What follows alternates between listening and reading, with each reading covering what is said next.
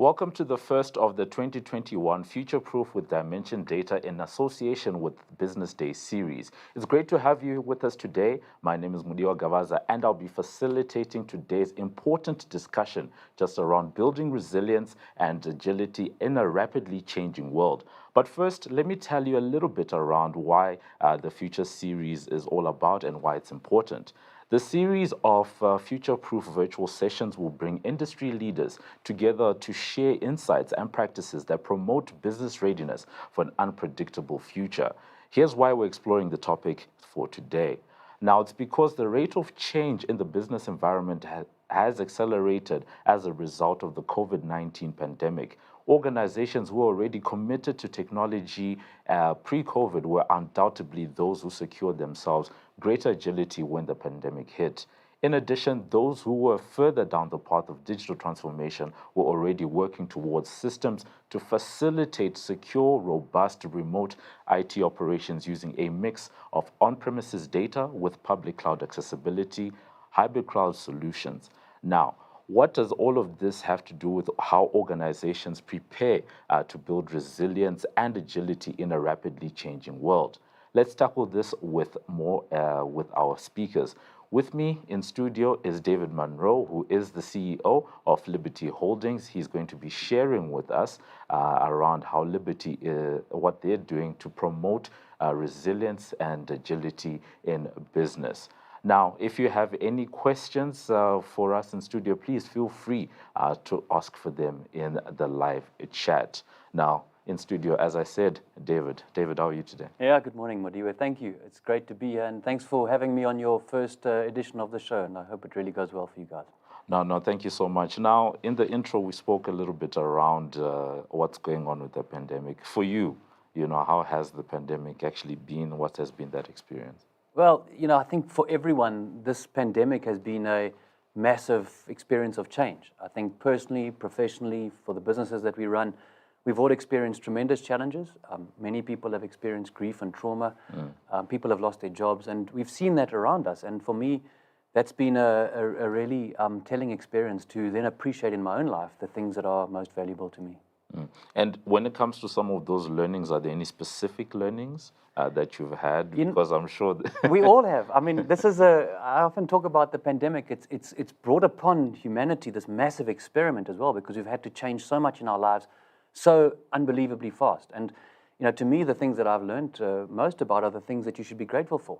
The love of your family, the friends that you have in your life, the things that you can really value that are right around you, because the things we used to value, travel and perhaps being out there, were taken away from us. And so you had to find meaning in the things that really counted in your life again. And it brought us back to base. And I think that's been very powerful for us. Now, one of the things that we did mention at the beginning, it's in the intro. Yeah. You are David Monro. You are heading up this large financial services organization that is Liberty.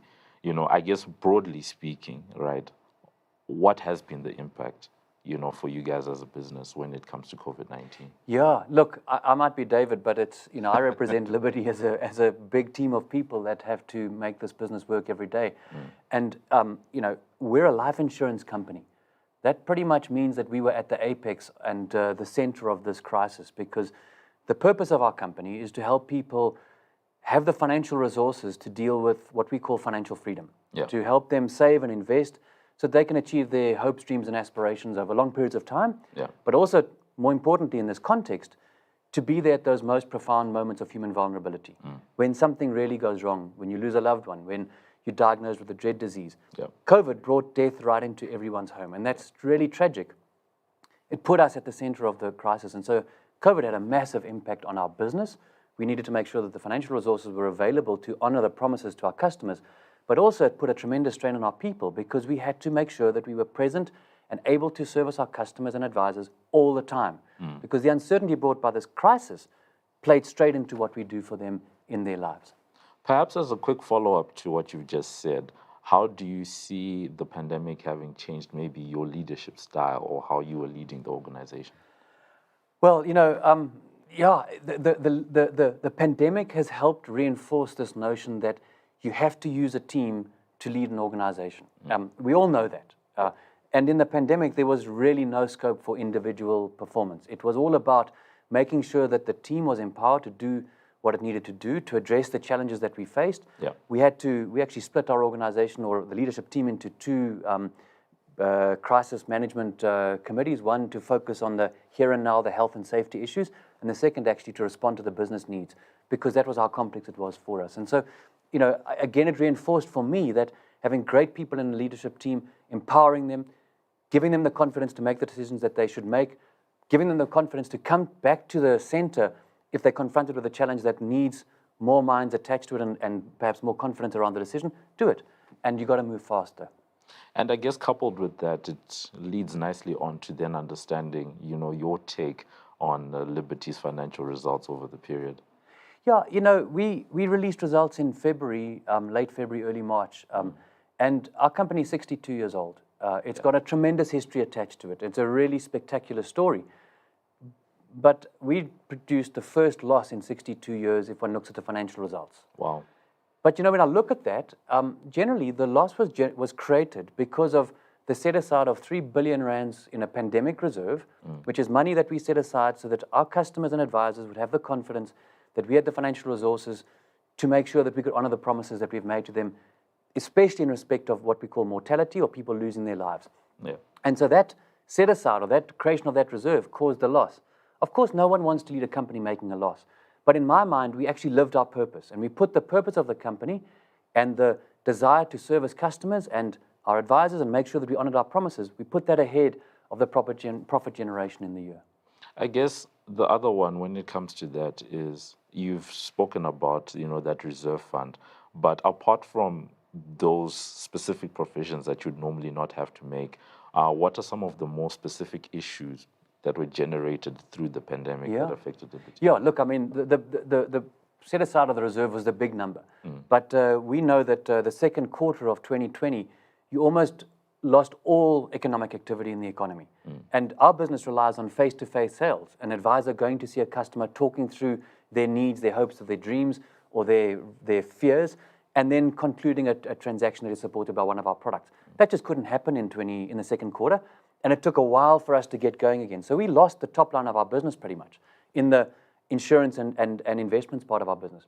We also own a very significant portfolio of malls where retailing takes place. Sandton City, Eastgate, Nelson Mandela Square. We have a stake in Melrose Arch. These malls, as we all know, were also really severely impacted by this. And we had to make sure that we could help people, our customers, get through the economic times, make sure that the tenants in our malls could survive during this time. We had to give rental relief. So we did a lot of work to try and help people get through this time. And that was all evident in the results that we produced for 2020. Leading on from there then is, because of all the impacts you've just outlined for us and, you know, the specific learnings, like how does that inform how you're leading the organization going forward? Sort of, you know, how do you take these business learnings? Yeah, look, it goes back to, I think, this the core point that I made at the start, which is COVID has given us an opportunity to make massive experiments. Society has done incredible things. Just the ability of society, science, to create vaccines in such a short space of time demonstrates how you can grab hold of this and turn it into an opportunity. Medical science will never be the same again as a result of the work done to produce these vaccines. Yeah. In our business, we saw it as an opportunity, as tough as it was, to truly accelerate the digital part of our business, to accelerate the provision of tools for our customers and advisors, to facilitate the acceleration of an engagement platform built on digital technology that allows people to connect with each other, and most importantly, change people's behavior that would have taken years, took place in weeks. I mean, it was incredible to see what that change was. Many businesses are having to backfill to get there now because the expectations of our customers, our advisors, our staff is now pretty much demand-driven around being digital. But in our business, we also see the power of human connections in that digital world. And that's what we're trying to preserve, but also accelerate the digital transformation. Speaking of that digital transformation, as a financial services business, right, how have clients responded? I remember having an engagement with some financial planners, actually from Liberty. A few weeks ago, we had them on our platform, and they were talking about, you know, that shift, you know, doing financial planning over Zoom, etc. So how has been, that? Well, it was necessity, wasn't it? That, people that would have generally never done anything without a face-to-face conversation had to engage over a Zoom call, a Teams meeting, to have that engagement. I mean, many of us didn't see our parents for 6, 7, 8 months. We had to see them on the screens. It changed our behavior. So consumer behavior in the process of engaging with particularly financial services has moved digital at an incredible rate. Yeah. Our product range, though, is really focused on helping people make decisions that are very long. We still believe that the human engagement element to that, the role of an advisor, is vital. So technology helps the face-to-face engagement be replaced by screen engagements. Yeah. But we still feel that little meeting in your lounge, talking to the advisor, getting the confidence that you're doing the right thing is critical still. So we look at actually augmenting. Our philosophy around digital transformation is about human augmentation. It's about augmenting the human element of our business. And if we think about this crisis in its most abstract form, the crisis has brought us all back to the humanity that we share. And so when we think about our path forward, it's about using digital tools to augment the value of human relationships. And coupled with that is resilience. I think it's become one of the big, terms over the last year, right? How do you see resilience, and why? How important is it to build resilience as an organization? Resilience has got many dimensions to it. So your operations need to be resilient. Your technology needs to be resilient. Yeah. Incredibly, we had to suddenly go from being pretty much an analog business to a digital business in a 2-week period, and be resilient in that sense. Always on, always available, and always secure. Suddenly meant something different. We managed to achieve it. It wasn't easy, but we did it, and we've continued to build around that. So the technology platforms have to be resilient. That's an obvious point. Yeah. Your operations environment needs to be resilient. During January and February, when the worst of the second wave hit South Africa, there was a massive spike in claims for people that had passed away. Yeah. And our call centers and our people had to have the resilience. We had to, literally, it was 2-3 times the daily volumes of claims that we were experiencing, particularly in February and then in March. So we had to be resilient and able to cope with that. So you have to have an operating resilience. The most important element to this, though, is the human resilience. It's that sense that people can continue to endure, that they've got the stamina, and that they're inspired to something bigger than themselves. And that was what we really focused on. The other 2 elements, you're going to make it. Yeah. It's going to be tough, but you can correct.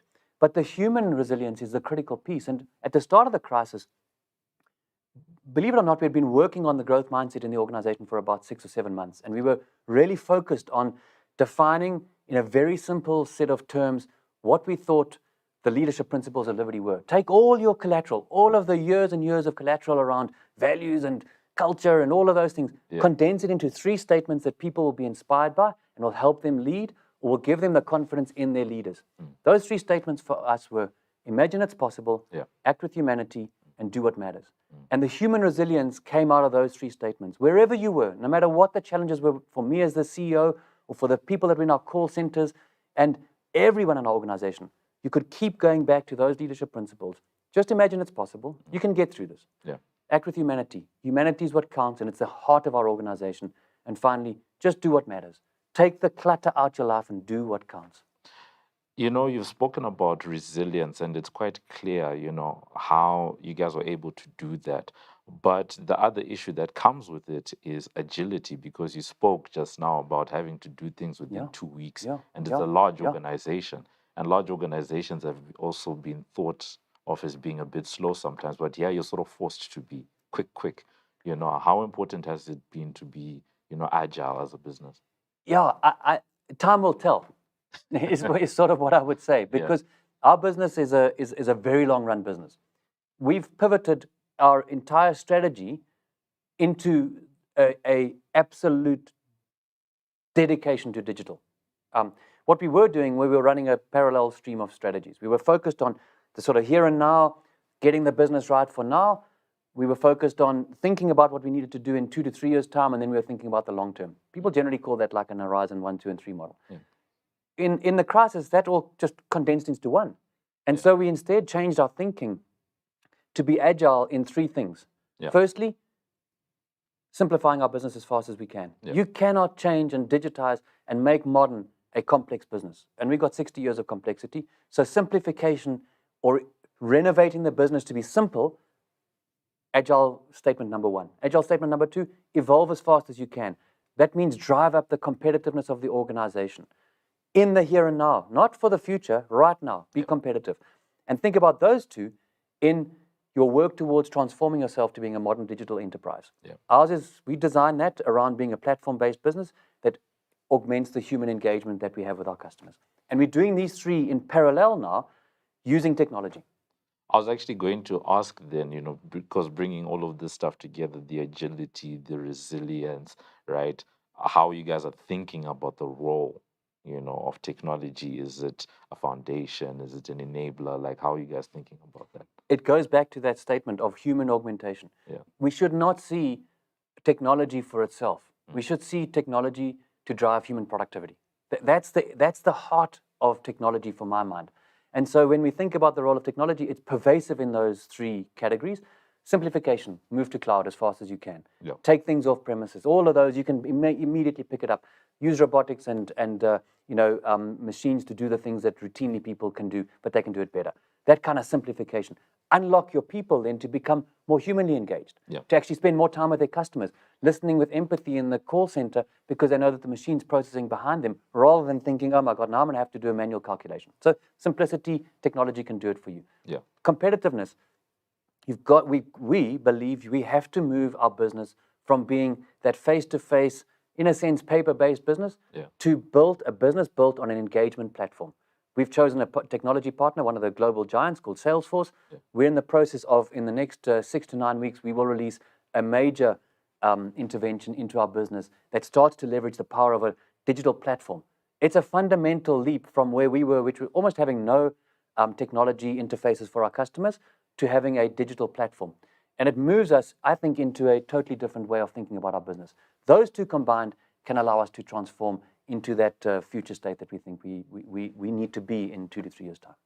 That's actually very interesting, because you say that because of digitalization, one then wonders, how do you turn something that everyone is trying to do into a competitive advantage? Because that's one of the things you're alluding to. But you see, I think you've really got to spend time understanding the competitive advantage of your business. So we are not a bank. We are not a mobile company. Banks and mobile companies have an incredible frequency of contact with their customers. It's unbelievable. Just think of how it transformed when banks started to get apps to work. And I'm a banker, unfortunately, or fortunately by heritage, but not a retail banker. So I never really understood the power of the speed of transactions and the volume of transactions. But it means you can touch the customer the whole time. We don't do that. So we've got to create vibrancy and value in our platform that brings people to our platform so they get something valuable. And we, in our business, think about using the platform to help people move through those transition points in life. Retirement, losing a loved one. There's a huge amount that people need to try and understand and cope with in those transition points. Digital resources can help you, prepare for them, live through them, and live after them. And that's what we think we need to do. So our platform isn't built around high speed or frequency. It's about value. The content on the platform needs to bring real value to people's lives. Now, before we hear from the audience, because I'm sure that there's people that are, keen to engage. And know more than I do, I'm sure, as well. Right. We do have time for one more question. And, that's around, this competitiveness thing that you are talking about, because you guys have different, branches. We've got the financial services part that you spoke about. But earlier on, you were also talking about the properties that you guys are invested in.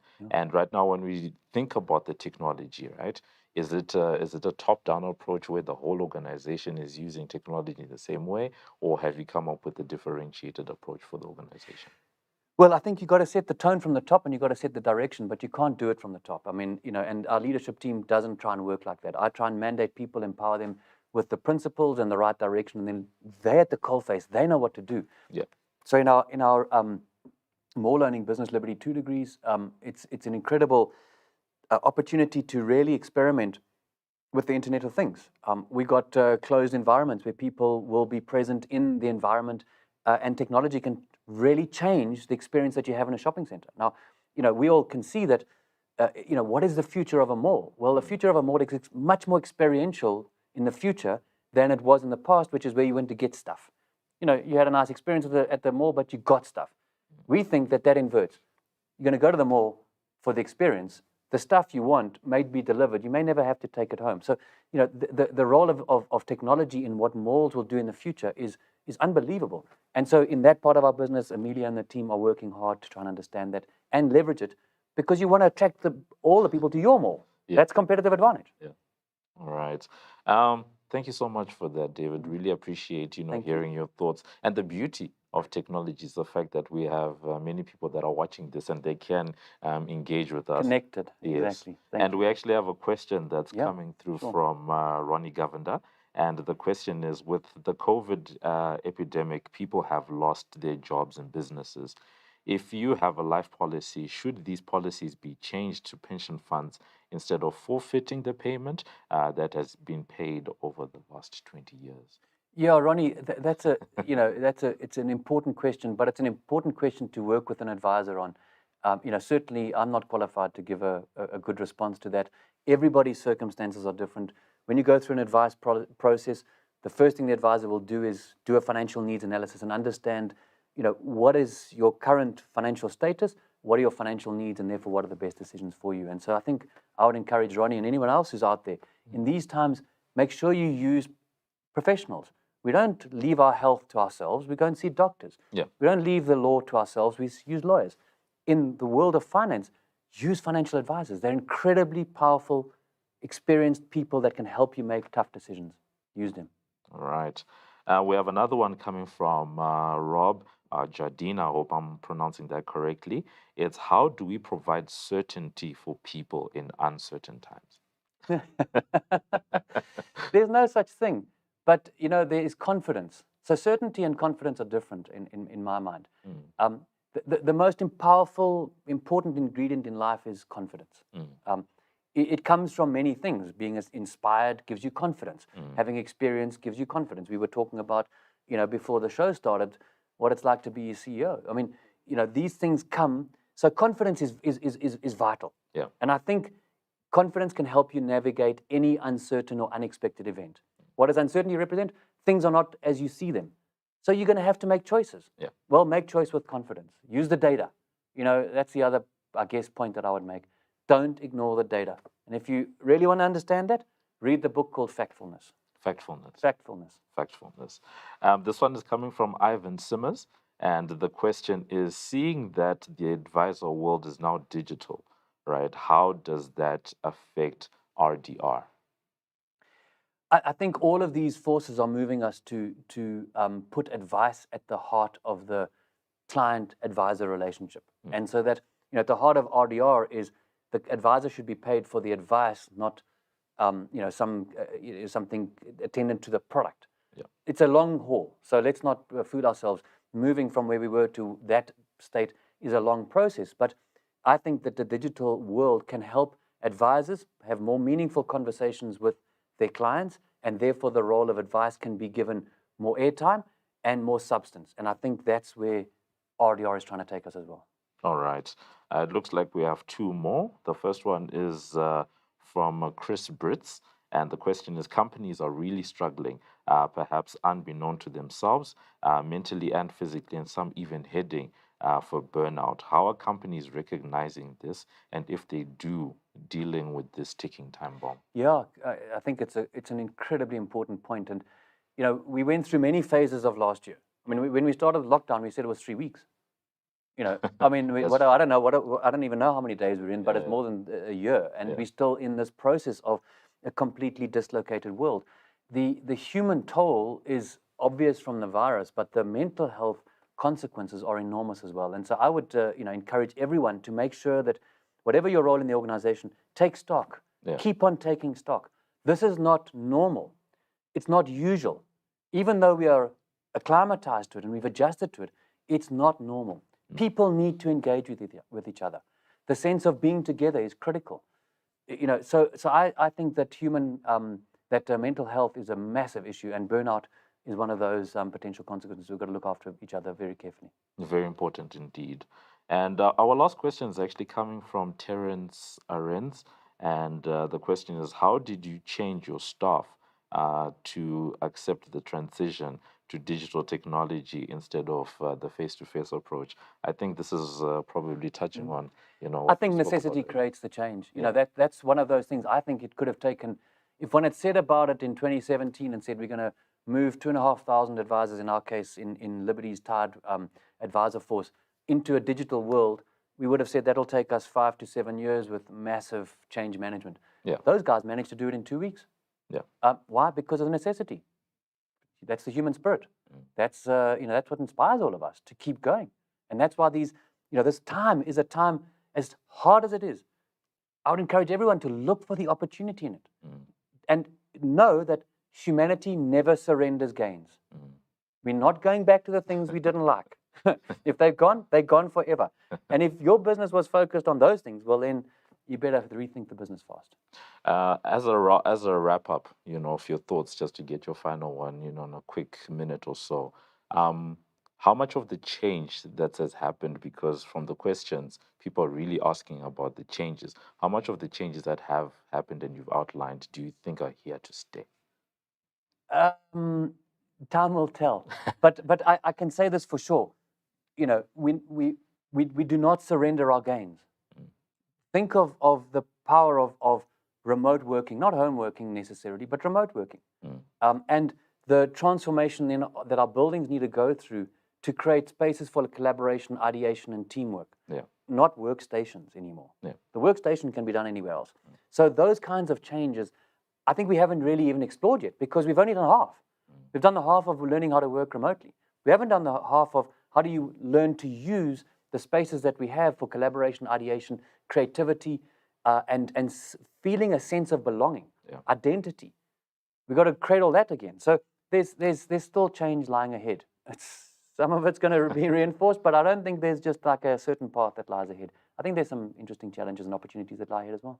Interesting opportunities and challenges ahead. So thank you so much. That was us with David Munro, who is the CEO for Liberty, sharing his experiences and insights. Now, moving on, the recent NTT Dimension Data 2021 hybrid cloud computing report engaged 950 business and IT leaders in 13 countries across 5 sectors. More than 2/3 of those leaders agreed that business agility and the ability to respond to change will be driving decision-making over the next 12 months, particularly in the face of a growing distributed workforce model that sees fewer people working from the office and more people working remotely and from home. Let's take a look at some of the other takeaways from this illuminating report.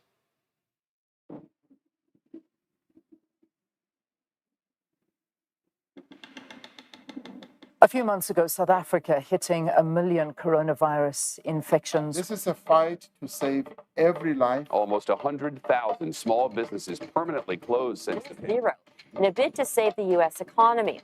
The Reserve is trying to encourage lending. The world has changed. What was is no more. What we faced is chaos, destruction, shutdown, change. We faced closures, retrenchments, business rescue, depression, and went into survival mode.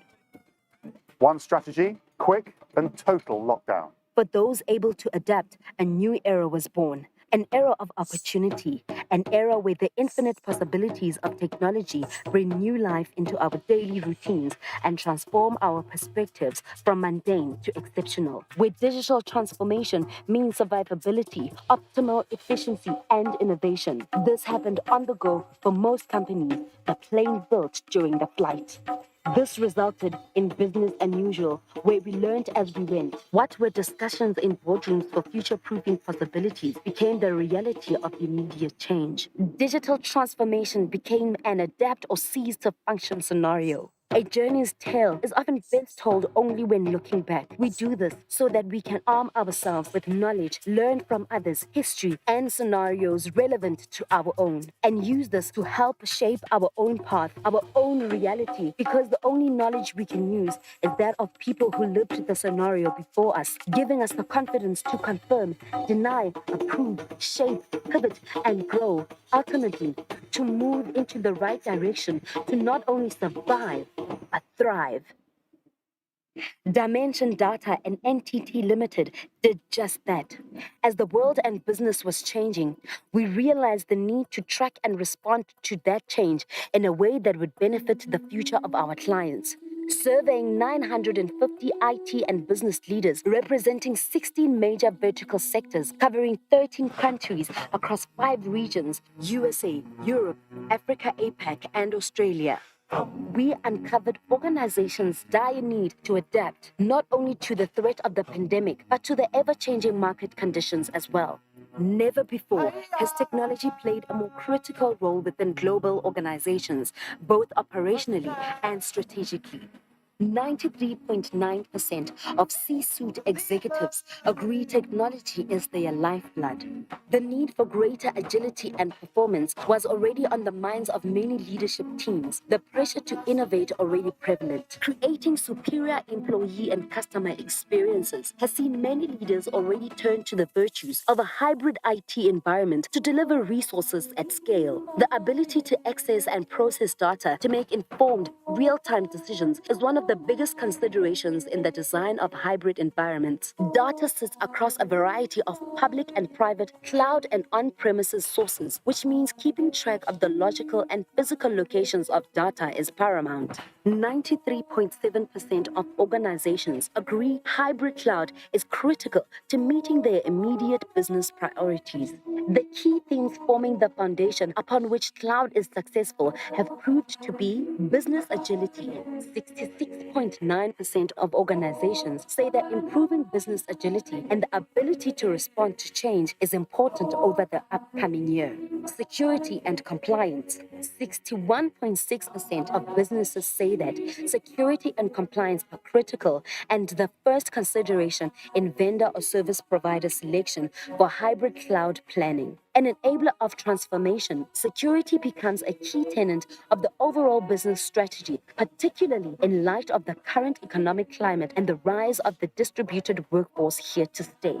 Performance and operational efficiency. Organizations prioritize operational efficiencies and performance as key requirements for their infrastructure. A more efficient total cost of IT operation is the biggest driver of hybrid cloud adoption, and it's easy to see why. The shift to a distributed workforce model has meant people require access to both data and applications in new, different, and often complex ways. And organizations want to enable that in not only a cost-efficient manner, but in a high-performance environment too. Organizations need IT environments that are optimized for agility while meeting security and compliance requirements and performing efficiently. As enterprises continue to invest in digital transformation, they will look to partner with leading system integrators and managed service providers. Why bring you this data now?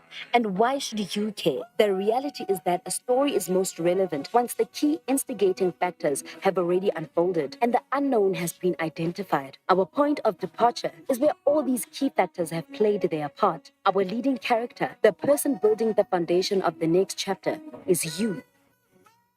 What's next impacts not just your space, but the economy at large. The mystery of the digital space has been removed. The veil of what the future holds has been lifted. Our goal is to arm you with knowledge and solutions developed by people who understand your space, making it relevant and valuable to assist you during your very own digital transformation with guidance from leading industry and subject matter experts. Dimension Data.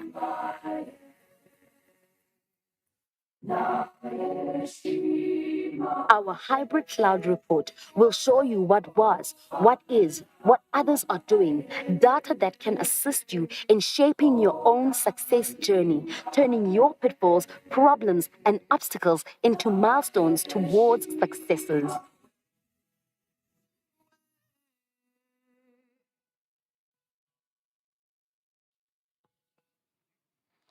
I'd now like to welcome to our team of panelists who will discuss the adoption of hybrid cloud solutions that have driven more innovation to sharpen their competitive edge and future-proof their businesses. With me in studio is Dr. Setumo Mohapi, who is the Chief Go-To Officer at Dimension Data for Middle East and Africa. And also joining us virtually is Raymond Van Dongen, who is the Global Director for Business IT at PayU, together with Carl Snyman, who is Principal Solution Architect from Acacia. Welcome to you all. If you have any questions, please feel free to ask them in the live chat, and we will be talking about that. So thank you to our panel, and we're just going to get started now. I think I'm going to start with Raymond, just to get an understanding, right? Just, some of the key challenges that NASPERS and PayU, specifically PayU, are facing when it comes to, the changing and the rapid market conditions that you guys have been facing out there. Yes, thank you for having me here. I remember that was in February, while the people were still partying in the Alps in Austria, where the COVID-19 at that time was spread and very rapidly over Europe. And that our first response was to check on the business continuity planning. And so we did a quick run through of all the lists of supporting business applications in finance, sales, customer service. And we are lucky that our product production environment is completely separate IT infrastructure. At that time, we were moving that to AWS. So got the resilience there. The PayU One IT workplace, which gives access to all the production environment, was already set up resilient and allow people to work remotely through one global identity and access management platform. So the only concern at the time that we have is the bandwidth of the local internet service providers, where employees started to work home-based, especially in specific areas in Eastern Europe, where we are located, in Africa and Latin Americas, where the commercial infrastructure is not always on par with our expectations. Well, on the other hand, it's very clear that the COVID-19 situation boosted our online payment business. All operating countries made a giant leap forwards in time in the adoption of online purchasing in the business-to-consumer market across all areas where PayU is operating and across all payment products that we offer. So challenges we had, but indeed we went to a kind of a roller coaster in the first months of COVID. No, thank you so much for that. Thank you so much for that, Raymond. I think just shifting over to the others, maybe I can, turn first to Dr. Mohapi, just to get a sense. We've heard what happened at PayU, but have you seen similar challenges, in other organizations, industries, or clients? Absolutely. We have a very, very broad group of clients, and some of our clients are in B2C. For example, financial services and consumer goods, consumer services, your retail stores, and so on and so forth. I remember there were two distinct periods for me that I recall very well. The first one was when we had to combine assets within Dimension Data that we could never, we never thought of combining to provide certain kind of work from home solutions, just on the basis that we operate both in the enterprise and in the consumer market. The second thing was then the calls that I used to get, particularly, let's say, from the hospitality industry, and a couple of people saying, that we are shut down and so on and so forth. What can you do for us? And then, of course, the third one, and I know I said two, but the third one was then about how to enable people to be able to respond to those challenges. So all of them, and I think the key issue there was the call that everybody had to struggle with was how to maintain these distributed ecosystems of employees, employees working together, employees serving their own clients, and also companies continuing to work with their partners, particularly, let's say, in their supply chains. I'm gonna turn to Carl, because we've heard from Raymond, we've heard from Dr. Mohapi just on their take. Carl, your take on this issue, what are you seeing? Is it similar issues, or are you seeing something different from the work that you guys have been doing? I think most of our customers have been experiencing similar issues. I think one of the challenges is kind of having your cloud in place before you need it. That then gives your business significantly more agility, and you've got more options when you're trying to make technology decisions in the crisis like a pandemic.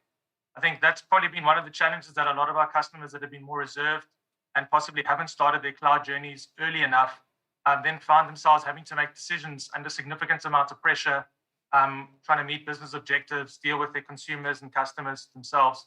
And in the absence of having started that cloud journey possibly a little bit earlier, it minimized their agility and the options they had at the table during the pandemic. I've kind of got a concept of it. It's not a question of if you go cloud, it's kind of when. And in my opinion, I think the sooner everybody starts that journey, the better, and anybody can go at their own pace.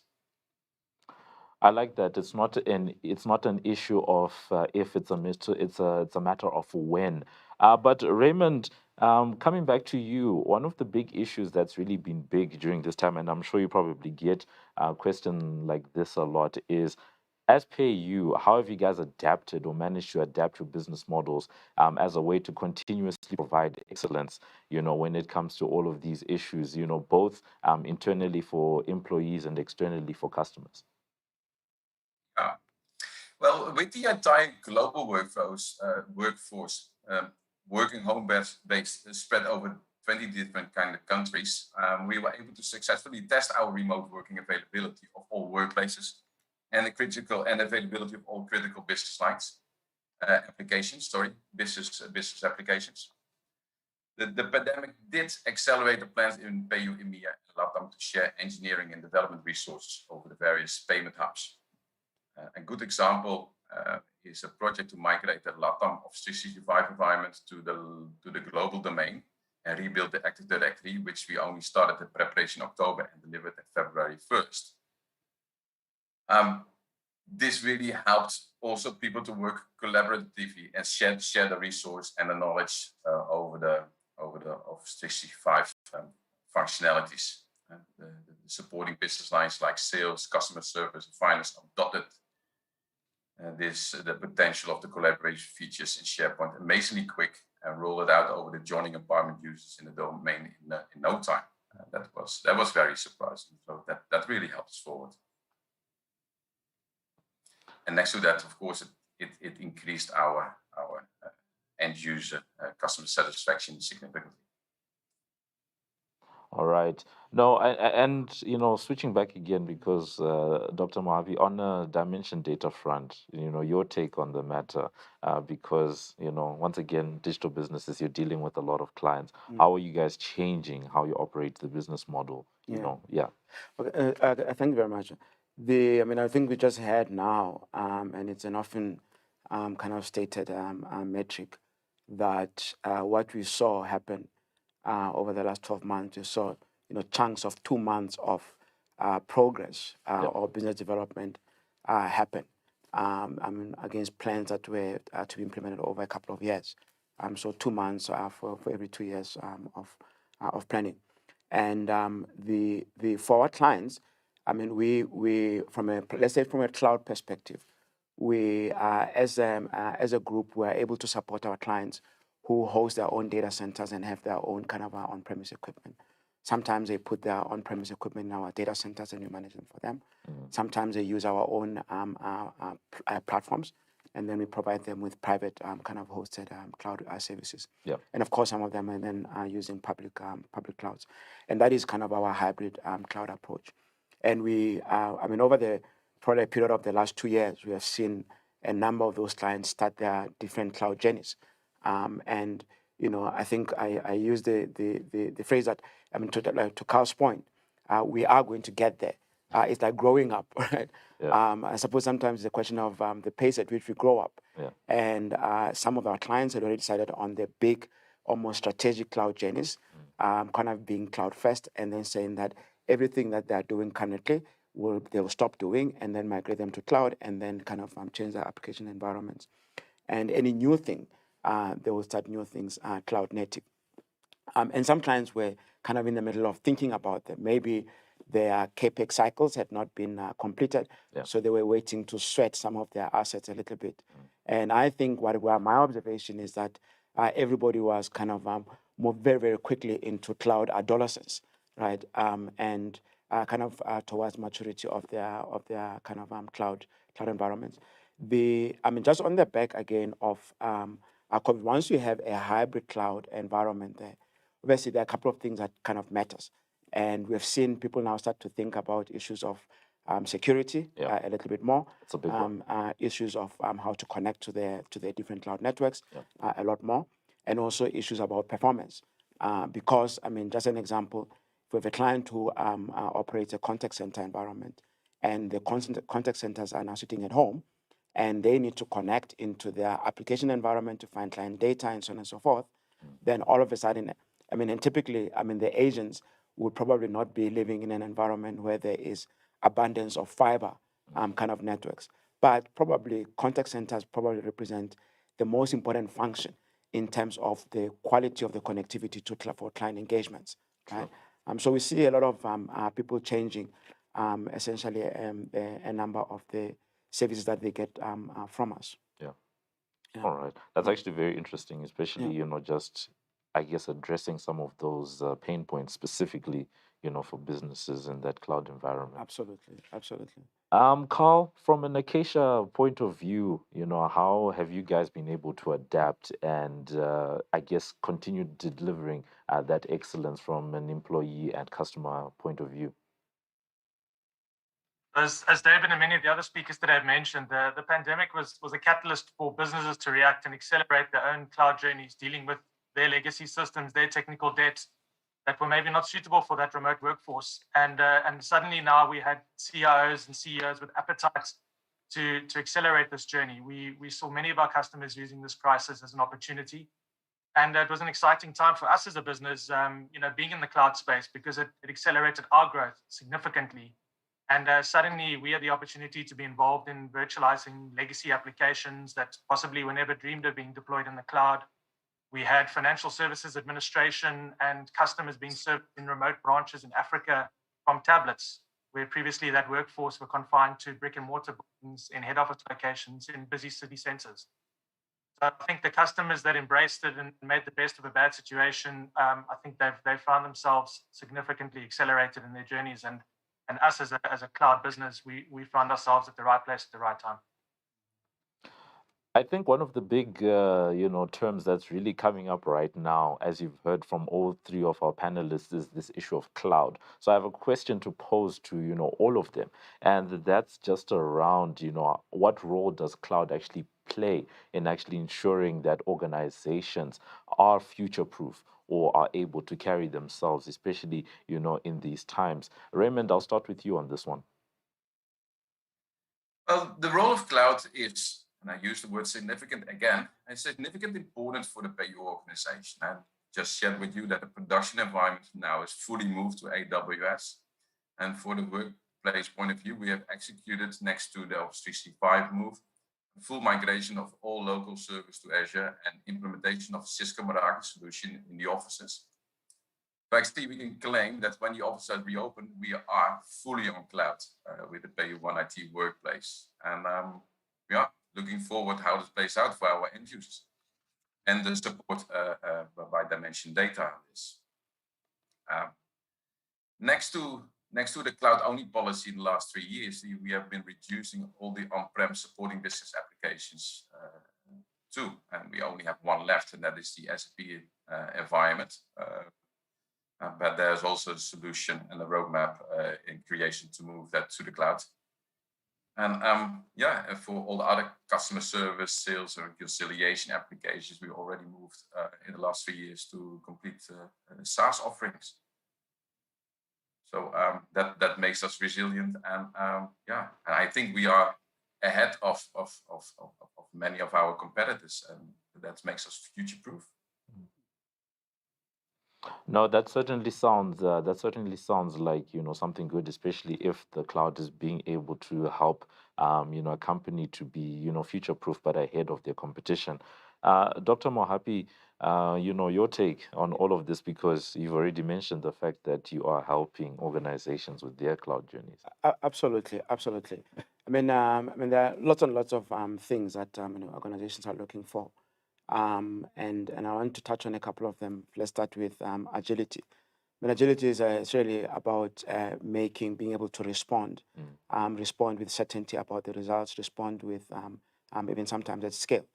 And if you think about businesses that were traditionally on-prem, and I'll give you an example of something that we're seeing. Yeah. A lot of our clients looking at when they drive their new digital strategies, which is to strengthen their their client engagement interfaces and understand their clients a lot more and be more responsive to their clients and understand them at both as clients and also at a human level. That's coming out quite a lot from them. Now, a typical on-prem offer for the what you call as client experience or client CX environment is just one to be able to, when you call in or when you email, for us to be able to handle you, to enable our clients to handle your calls appropriately, give you access to them, make the information accessible to them, and hopefully solve the problem that you're calling on for. But what cloud does is gives you a lot more, in addition to just the omni-channel computing power, which is just what I've just described now. It gives you a lot more what we call computational power, meaning that the first thing that you want to know as a client is when you call in, you want the agent to know who you are, right? I mean, oftentimes we have to give them ID and we give them a lot of things. There are many ways of using, in fact, your speech processing capabilities to get a better sense of who we're talking to. I can probably immediately start conversing with you in your own kind of language. I can actually put a combination of robotics and also human beings, where the human being provides that human touch. I think the previous speaker was talking about the empathy, whereas the robot, which is the assistant to the human being, does a lot of the things that we don't see that are provided by kind of your artificial intelligence capabilities. We can have easily, when we are out there in a multilingual kind of environment, we are able to converse, and you can speak in Zulu, I can speak in Soto, and somebody can speak in whatever language. But in a constant environment, we kind of force people sometimes to kind of channel them into a specific kind of language. So you can imagine in a B2C environment, whereas the previous speaker was talking about where there's a lot of interaction between companies and their clients. Imagine, for example, a government department, just the variety of people that call in there. Imagine being able to support them in their own languages, in their own ways. Imagine being able to sense their emotions in their discussions. Now, those capabilities you kind of couldn't get. You could probably get them from your on-prem systems, but they are readily available and they're being developed at scale on public cloud platforms. A hybrid cloud system allows you to keep some of the corporate data that you may want on-prem, allows you to keep some of the capabilities on-prem, including some of the infrastructure that is used by the agents, while still having access to this powerful computational engines that are provided by public clouds. So that represents almost, it's not even just a transition, it represents a transformation, largely really for a lot of our B2C clients in how they interact with their clients, and more importantly, in the quality of insights that they get in their interactions with their clients and how to use data to then respond accordingly and in directed and personalized ways. So, I mean, this is just one example of one cloud giving you something that you kind of would dream about. It's quite fairly, I mean, you still have to do some system integration work, but it's not so difficult to be told, to be able to do. And for us, it comes out of our kind of a hybrid cloud approach. All right. The geek inside me is really getting excited with some of the use case that you've just presented. Carl, your take, because it sounds like cloud is really the way of the future. Your take just on the role that it can take in helping organizations to be future proof.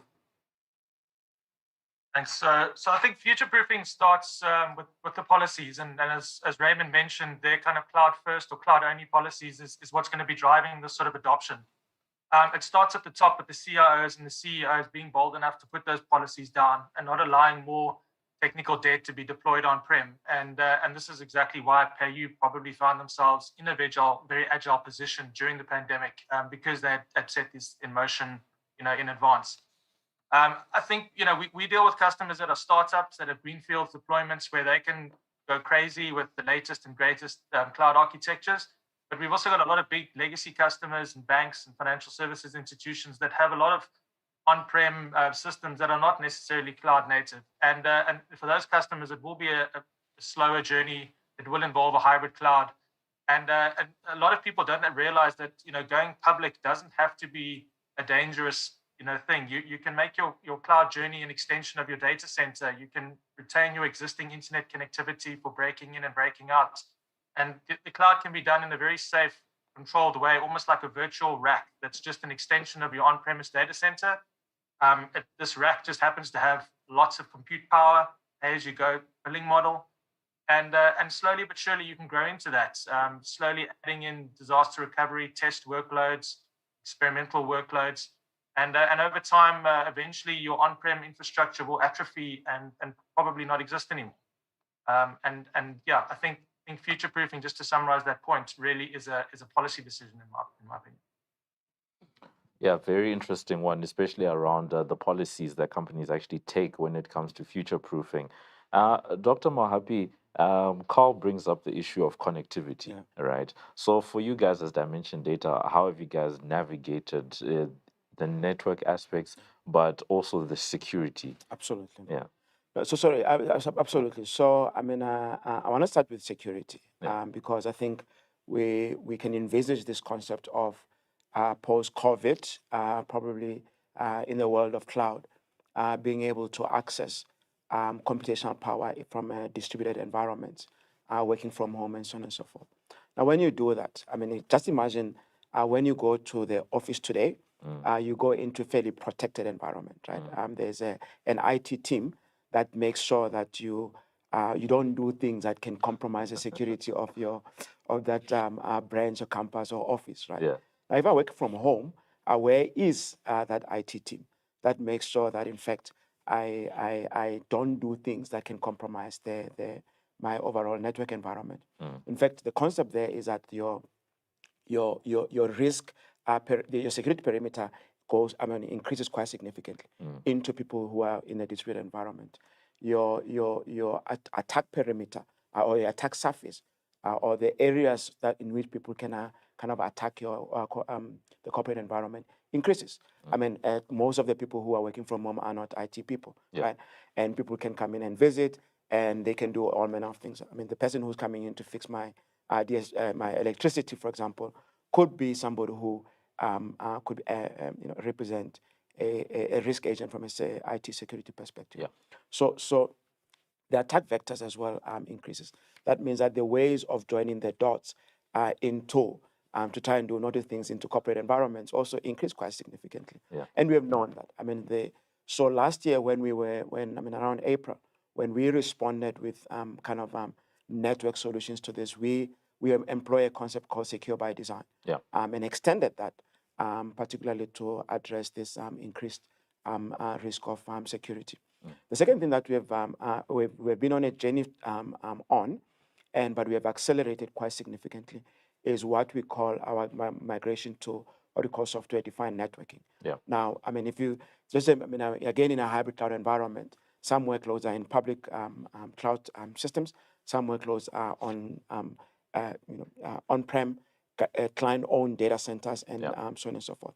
And you have to have the right networks from a security point of view. You have to have the right networks from a performance point of view. You have to have the right networks from a also resilience point of view, right? I mean, just to give you an example of that agent, one of the things that a very big measurement of the performance of the call center system is the latency, for example, of the network. That's, I mean, when you call in, you want clarity. There's a whole QA system that makes sure that things are very, very, very clear. That conversation is very, very clear. So the performance of the network sitting from home becomes a very, very big thing. Yeah. One other last thing that we have seen as well is attention to, in a very, very, because the systems now become very, very integrated and quite distributed, attention to what we call active visibility and performance management. I mean, I've had clients who now say that, in fact, they want to be able to track not only applications in terms of how they perform on their hosting platforms, but also how they perform from at a transaction level, as transactions traverse different types of networks all the way to wherever the processing power is. What software-defined networks does is not only allows the flexibility in the networks to provide the best network capability for the specific applications, but also to be able to control those networks from application environments and provide end-to-end secure application visibility and performance. Now, just the last thing, last year, around the same time that COVID came in, we started a journey called One DD, which combined the assets from some of our old brands that were kind of doing things or providing services at different kind of in different areas, for example, on networks. So we were now able to provide both software-defined networks, combining branch networks, enterprise branch campus, office networks, enterprise or even service provider-based WAN networks, and also distributed data center networks, and all of those things being software-defined, and lastly, being cloud optimized. It certainly sounds like there's been a lot going on, and it would be interesting to get a sense from Raymond just on their end, because as a company that's dealing with payments, I'm sure there's a lot of considerations. Apart from your own employees working from home, etc. There's also I guess the consumer-facing side. So Raymond, your take just around these networking and security considerations. So the PayU security governance is very strict and it's continuously under monitor by the Naspers Group cybersecurity audit team. The regulation and the compliance of the payment card industry is tough and dynamic and has to meet various requirements of multiple local financial authorities, from Russia to Argentina. And this is all the effort we put in there is to protect our license to operate. And this is purpose for all IT staff involved internally and of the Dimension Data staff involved. And so we work with a lot of broadcasting and make people aware what to do and how to use your IT equipment. And next to that, we have a great professional PayU Global Security Department who is heavily aligned with the diverse governance and compliance regulations to ensure a great security ecosystem.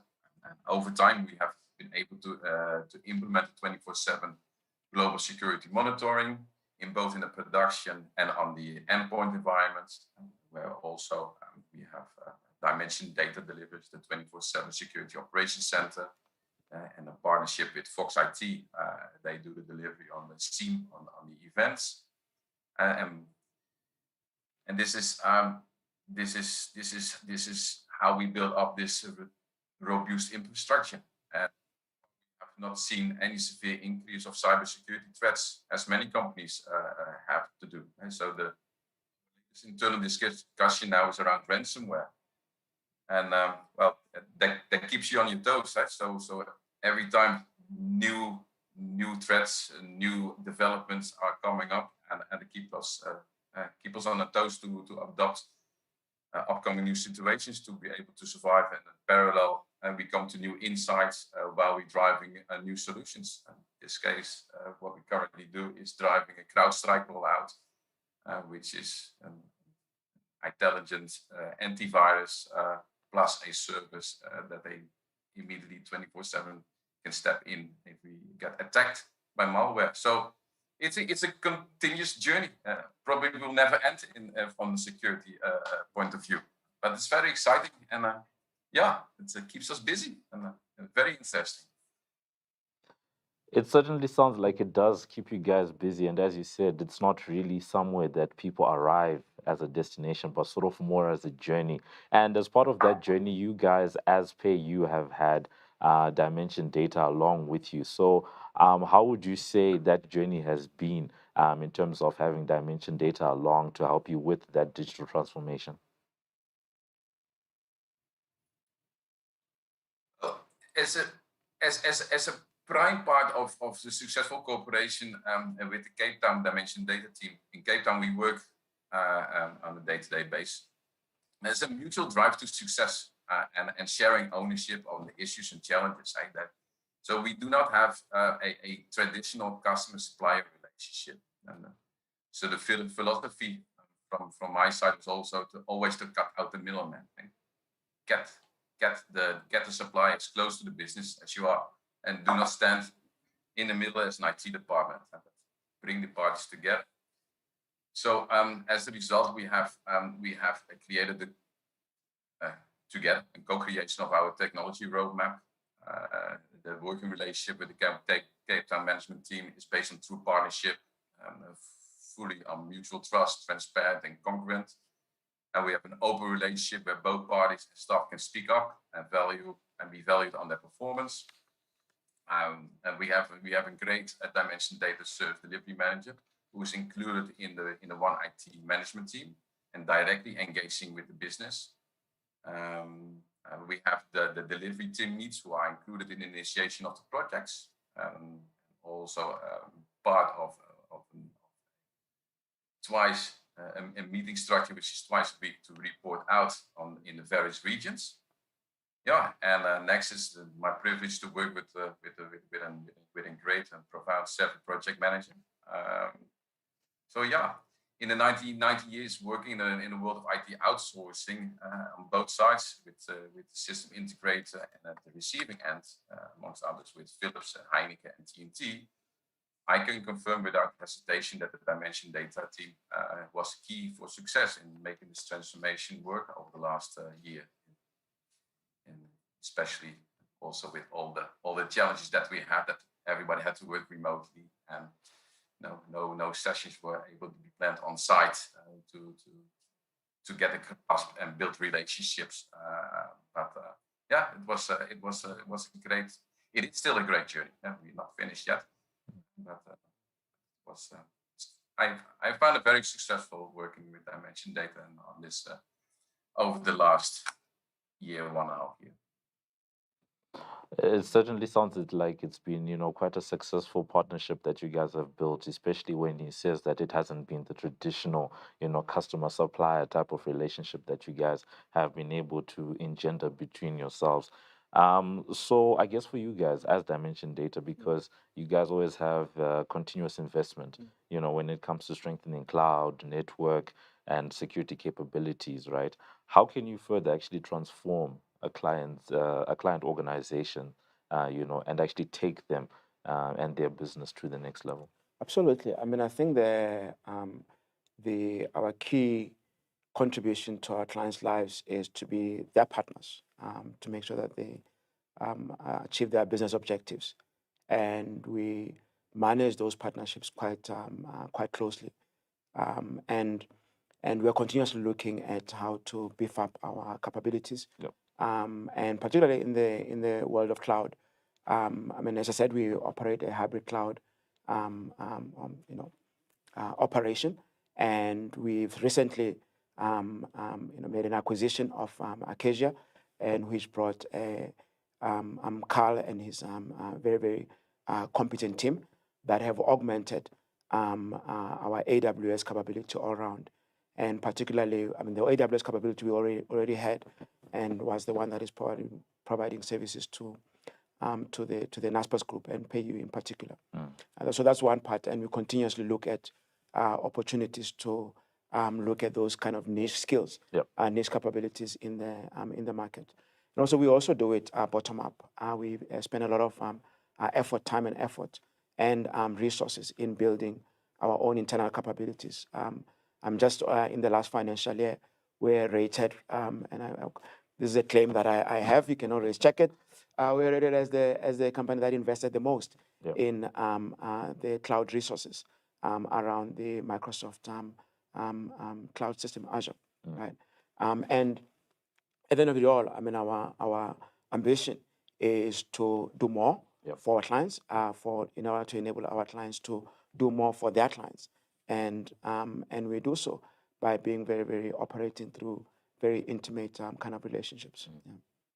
We actually have some questions that have come through before we continue from from our audience, and this one is actually specifically for you. Is this digital acceleration unintentionally increasing the digital divide in third world or less advanced countries, particularly those with limited bandwidth? Yeah, I don't think so. I think what you are seeing is, I mean, of course, sometimes you can say in the short term, medium term, and long term, and so on and so forth. But, and I'll give you a couple of, one or two examples, right? It turns out that the Africa as a continent has the youngest median age around the world. It's about 18, right? And it's got quite, I mean, that's 18 years old of the people. In around probably 50 years, about 40% of all the kids that are 0 to 4 years old will be on the continent, right? Now, that generates a number of problem statements, right?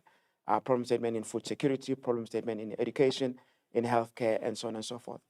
At the rate right now, for example, we need to probably to be able to get more productivity out of our land. And if you, I mean, probably the best way to do so is to use what we call the 4IR tools, right? Now you have a clear, you have demand that you know it's coming up through the ages, and you have an opportunity because the tech is there. You have already a number of young adolescents that are also in the schooling system that are making choices about what to study, right? Imagine if you combine all of these things in one problem and solution, one problem statement, and in one solution space, then we can direct the young ones that are going into this 18-year-olds that are going into the education system to study the right thing, so that they can be able to be the ones that drive the supply of this 4IR goods and services into the future. So my view, for example, is that the smart farm, the smart agriculture of the future, that innovation will come from the continent. In fact, my sense is that it's already coming from the continent, but probably what we have to do is to build it at scale. So I think what we have, instead of it being a threat, one, I see this kind of digital world as one creating a business case for us to invest in the right things so that we can carry the future of the continent properly. Okay. Now, given some of the agri-tech solutions I've seen coming, to the fore in the last couple of years, I would have to agree with you, on that front. Our last question from the audience, I'm going to pose this one, to all three of you, just so that we can get some quick takes, is about coming back to the cloud. This one is from Armando Cumbane, and the question is, why is cloud so important? And what guarantee do we have to rely on it in terms of security? I think you guys had touched a little bit around it, but I think Dr. Mohapi, I'll start with you. Start there. I mean, the first thing is that it gives you, the cloud kind of concept gives you a lot of business benefits. We've talked about agility, talked about access to vast computational kind of power. And we've talked about, there's a saying that when you build systems, let's say on-prem, you build them for maximum workload. But most of the time, those systems are idle. For example, I could build a system for transactions, for payment processing, for example, from an employee perspective. And I build those things for the end of the month when everybody gets paid, right? But in between the 2 months, that system is probably operating at maybe even less than 50% capacity.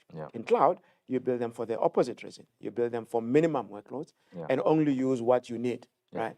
Immediately, that concept, that you can immediately see that concept giving you a very, very kind of big benefit from a financial efficiency perspective. So that's one. The second thing is around agility in terms of business transformation. I mean, business transformation on its own, under normal circumstances, is a very, very complex thing. Yeah. It involves people, it involves customers, it involves systems, it involves operations, and all of it under change management. If you can take out one of those complications, for example, the operations and also some of the technology out of the mix, then you deal with change around people and around customers and around business principles. Cloud gives you that, right? And finally, I mean, the question was kind of related to security as well. We are aware of it. And a hybrid cloud, you design a hybrid cloud estate with security in mind. Our mantra is secure by design. So if these are specific workloads that I don't want them to go through kind of, threat perimeters or the internet perimeters, for example, I can make a direct route into a public cloud platform. Nothing wrong with that, right? So that's essentially how the software-defined network allows us to have the right network with the right security profile for the right requirements on applications and on the business environment. All right. Switching over very quickly to Carl, your take, the question that was posed was, why is cloud so important, and why should we be trusting in the security? Thanks for that. So I think the biggest thing I would suggest before going cloud is around that foundational setup in time. So, for example, getting your ecosystem ready for cloud requires quite a lot of investment in single sign-on, identity providers, and bringing the corporate governance and security team along with you on that journey. The common mistake we see is proof of concepts and rogue AWS accounts sort of spinning up outside of a proper managed landing zone. And therefore, you're almost then creating new technical debt that happens to be in the cloud. So one of our customers' security officer always says to me when he gets put in front of the board one day, could he have done more to avoid that breach? And it's a question I ask myself, all the time: is like, could we have done more? Could we have done it more secure? And a security person is never really fired for saying no to something. They get fired when they approve something. So we want to make sure that we bring those security people along with us on that journey and set that foundation up with the existing governance, controls, and postures intact, so that when the workloads come down the line, that foundation has already been approved by the various regulators and security officers. And by preempting that, you've then now laid that foundation for really rapid growth and expansion into the cloud, as opposed to trying to shoot from the hip and do those governance gates during a pandemic. Right. And then very briefly, Raymond, just your take on the question, the importance of cloud and security, especially as a company that's actually using it. Sorry, can you repeat your question? The question came from the audience, and it was about why is cloud so important, and why should we trust that it can be actually secure in practice? Okay, so we have split our infrastructure. So we have implemented Okta as our identity and access management platform. And through Okta, you can access applications as Salesforce, legal applications, your production environment. And by moving that to the cloud, we do this as part of availability. We have been having people working in 23 different countries. Having applications, business applications run on-prem doesn't make any sense for us. It's more useful for the performance to bring like an Amazon or like Salesforce and like SAP, bring the applications close to the end, where the end users are situated. And do we have to trust? Yeah, I think you need to have a trust in the new developments. It's the only option. And yes, we trust Amazon that they do the security on our behalf very strict. If we cannot trust them, then I think there's more than only PayU will be affected at that time. And so it is our strategy, and we feel comfortable with this. All right. So there has to be a bit of confidence in the strategy that you actually take forward with you. Carl, we're giving you the last word on this discussion. From your experiences, what is the importance of good quality when it comes to service providers? I think one of the challenges our customers face is able to keep pace with the speed at which the cloud and the hyperscalers are evolving. And most of our customers don't necessarily provide cloud services as part of their core business. So it's not necessarily strategic for them to spend a huge amount of investment in their own internal IT capability. And this is where that important role of the cloud provider and partner comes in. This is also why Dimension Data was very well positioned for us as an acquisition, or rather that they did the acquisition of Acacia, because of their positioning in the market and the breadth of services that they can provide fully managed services on. Many of our customers have got different levels of appetite for the amount they want to outsource, and some customers want a fully managed service, infrastructure service, software as a service, and for that customer, they will get an end-to-end SLA. But we have other customers that have ambitions of running their own cloud ecosystems, but perhaps they're just not ready. And for that sort of customer, there'll be an opportunity for cloud partners to partner and just augment that capability, provide that last line of defense, that last line of advisory, and potentially over time hand over more of the first line, second line type support to that customer, depending on how quickly they adapt and evolve their own internal skills. So that's been it. Thank you to our panel members for sharing their unique insights with us. Before I wrap up, I'd like to welcome Craig Stewart, who is from the Southeast Territory. He is the executive at Dimension Data, and he's going to be giving us a few words. Perfect. Thanks, Mudiwa.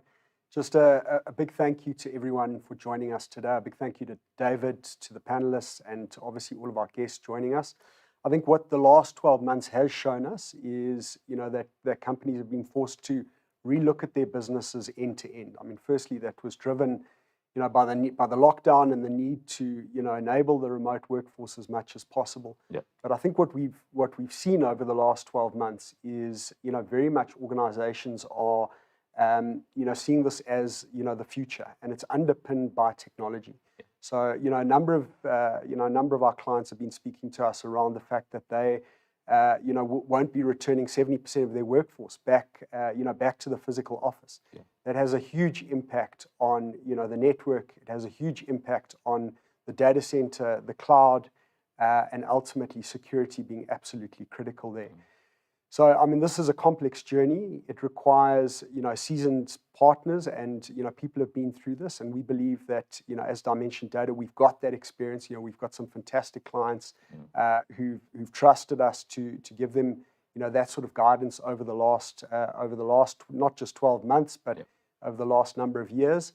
And really, we encourage you to get in touch.